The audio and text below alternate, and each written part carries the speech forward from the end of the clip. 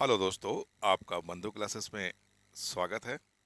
उत्तर प्रदेश दैनिक समसामयिकी 2 जून 2024 से बनने वाले करंट अफेयर्स के कुछ महत्वपूर्ण सवालों को देखेंगे, जो आपकी सभी प्रतियोगी परीक्षाओं के लिए होंगे अति महत्वपूर्ण।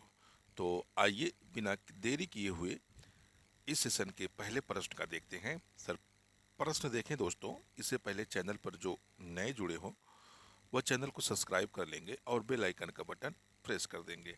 तो शुरू करते हैं आज की वीडियो का पहला प्रश्न।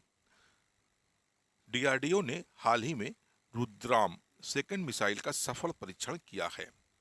यह किस प्रकार की मिसाइल है? सतह से सतह में मार करने वाली, हवा से सतह में मार करने वाली, हवा से हवा में मार करने वाली, या इनमें से कोई नहीं? तो अभी हाल ही में डीआरडीओ के द्वारा, यानी डीआरडीओ के द्वारा ओडिशा के तट पर ओडिशा के तट पर भारतीय वायुसेना के सुखोई सु सुखोई 30 विमान से सुखोई 30 विमान से रुद्राम सेकंड मिसाइल का हवा से सतह पर मार करने के लिए एक सफल परीक्षण किया गया। तो जो ये रुद्राम सेकंड मिसाइल है, इसकी जो मारक क्षमता है, ये कैसे वार करती है? तो हवा से सतह में यह मिसाइल वार करती है, जिसका सफल परीक्षण डीआरडीओ ने भारतीय वायुसेना के जो सुखोई 30M के विमान है उसी से इसका सफल परीक्षण किया है। इससे रिलेटेड कुछ फैक्ट और देख लेते हैं महत्वपूर्ण।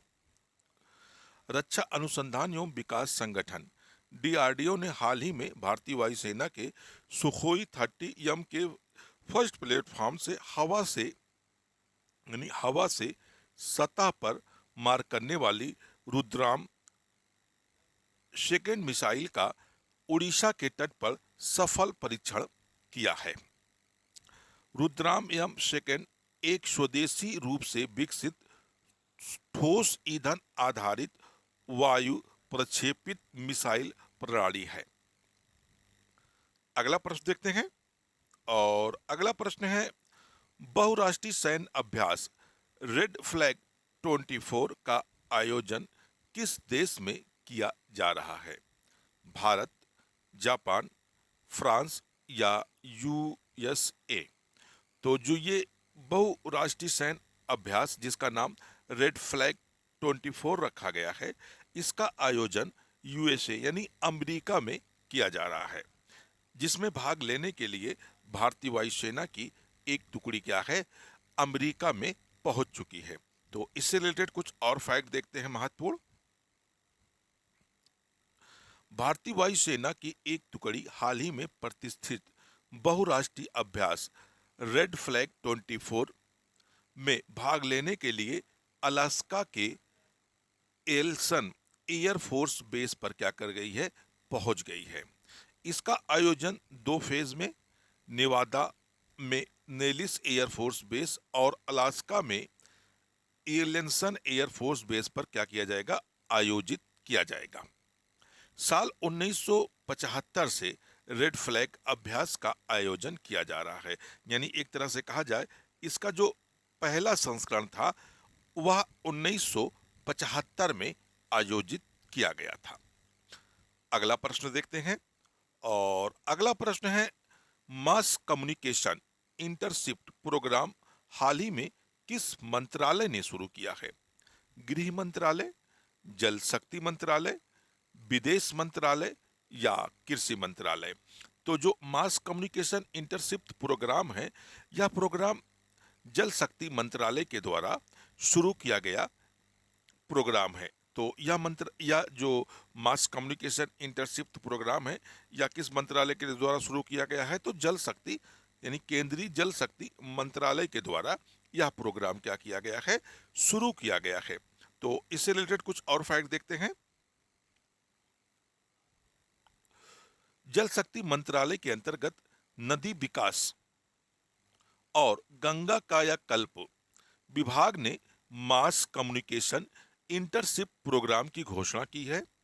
इस प्रोग्राम के तहत रिसर्च स्कॉलर विद्यार्थियों को इंटर्न के रूप में शामिल किया जाएगा।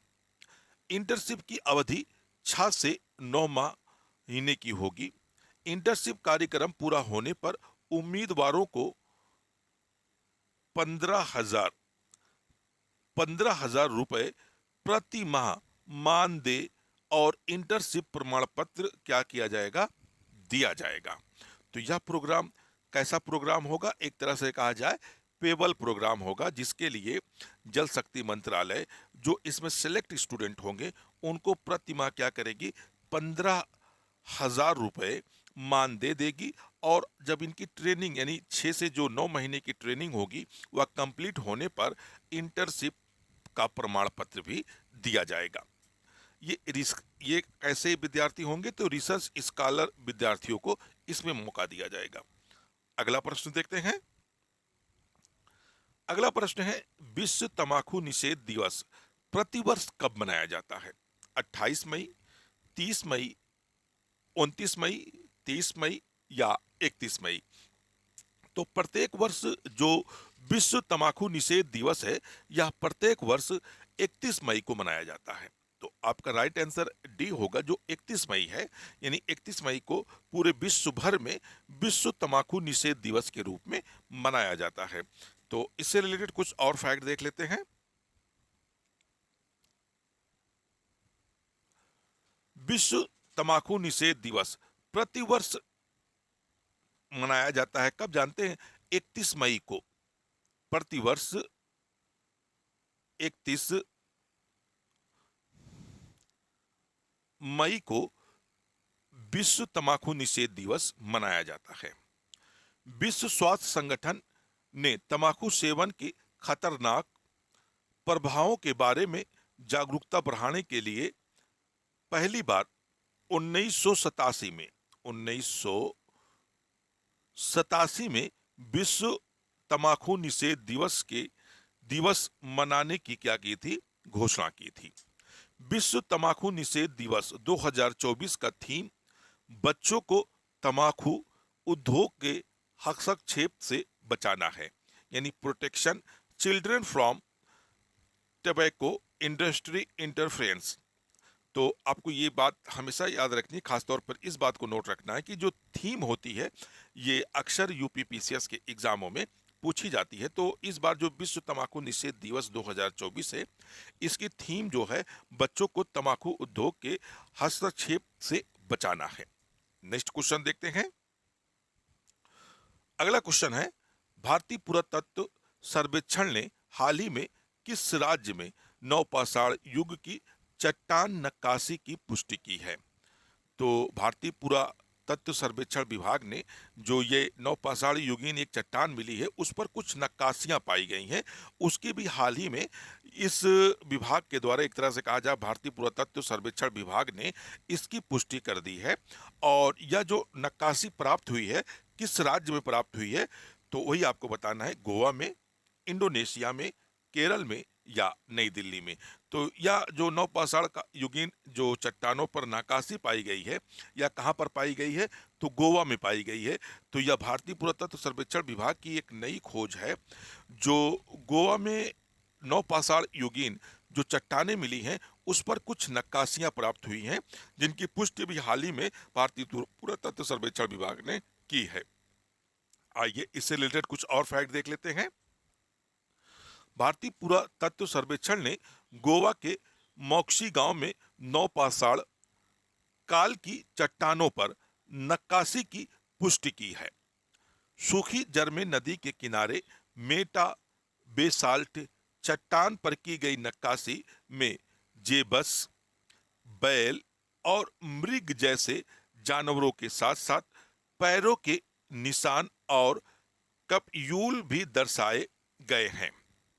भारत में प्रागैतिहासिक शैल चित्र ऊपरी पुरापाषाण काल से लेकर जानवरों की आकृति मध्यपाषाण काल तक, जिनमें मानव दृश्य भी दर्शाए गए हैं, नवपाषाण ताम्रपाषाण काल तक फैले हुए हैं, जिसमें मिट्टी के बर्तन, धातु और औजार क्या ही हैं, दिखाए गए हैं। तो दोस्तों आइए हम लोग अब अपने अगले स्टेप की तरफ बढ़ते हैं और अगला स्टेप होता है हम लोगों का कल का रिवीजन। तो कल का रिवीजन का यहाँ जो सेंस है, हम लोग 1 मई को क्या किए थे, पूरे संपूर्ण मई माह का क्या किए थे, रिवीजन किए थे।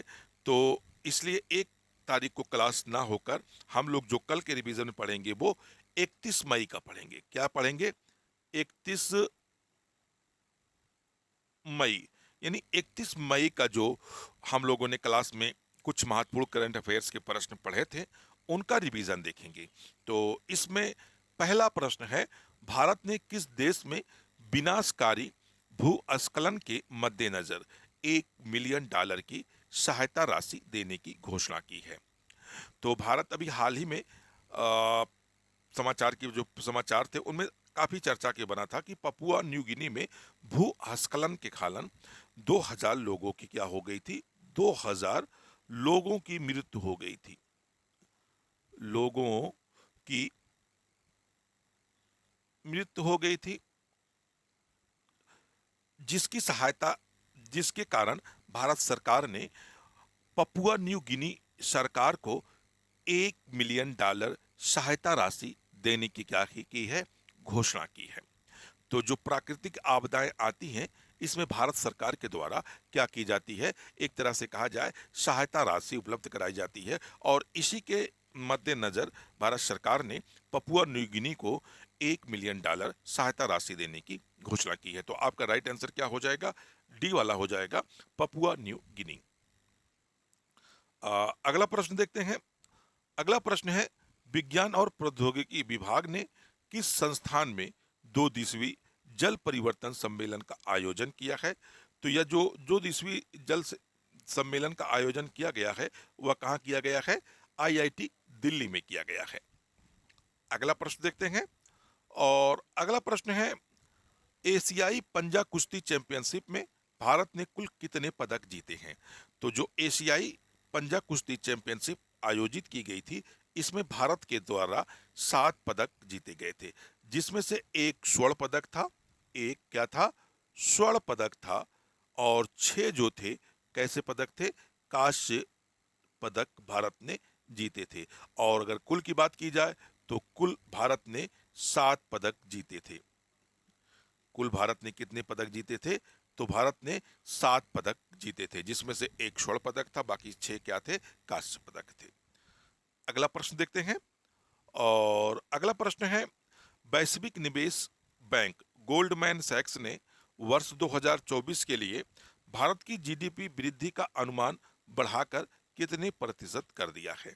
तो जो वैश्विक निवेश होता है इसके जो अनुमान होते हैं इसके आधार पर किसी देश की जीडीपी कितनी वृद्धि करेगी इस वर्ष, यानी चालू वर्ष में एक तरह से कहा जाए 2024 में, इसका अनुमान गोल्डमैन सैक्स बैंक के द्वारा प्रति वर्ष लगाया जाता है। तो इस तरह से गोल्डमैन सैक्स ने 2024 के लिए भारत की जो जीडीपी है उसमें वृद्धि का अनुमान व्यक्त किया है। और कितने प्रतिशत वृद्धि का अनुमान व्यक्त किया है? तो 6.7% जो है वृद्धि का अनुमान व्यक्त किया है इस वर्ष। यानी जो गोल्डमैन सैक्स एक तरह से कहा जाए संस्था है, उसने वर्ष 2024 के लिए जो भारत की जीडीपी वृद्धि दर रहने वाली है वह कितना रहने वाली है, इसने बताया है कि 6.7% रहने वाली है। अगला प्रश्न देखते हैं और अगला प्रश्न है, केंद्रीय आयुर्वेद वैज्ञानिक अनुसंधान परिषद कहां पर प्रगति 2024 कार्यक्रम आयोजित करेगी? तो प्रगति 2024 कार्यक्रम जो है यह केंद्रीय आयुर्वेदिक विज्ञान अनुसंधान परिषद के द्वारा प्रत्येक वर्ष आयोजित किया जाता है। और इस वर्ष इस संस्था ने यह निर्णय लिया है कि यह जो प्रगति 24 है यह कार्यक्रम कहाँ आयोजित किया जाएगा? तो इसका आयोजन नई दिल्ली में किया जाएगा। तो कहाँ किया जाएगा? नई दिल्ली में इस बार इसका आयोजन किया जाएगा। तो दोस्तों अगर आपको वीडियो अच्छा लग रहा हो तो वीडियो को लाइक करिएगा, शेयर करिएगा।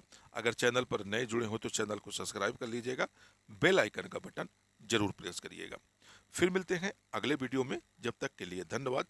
जय हिंद दोस्तों।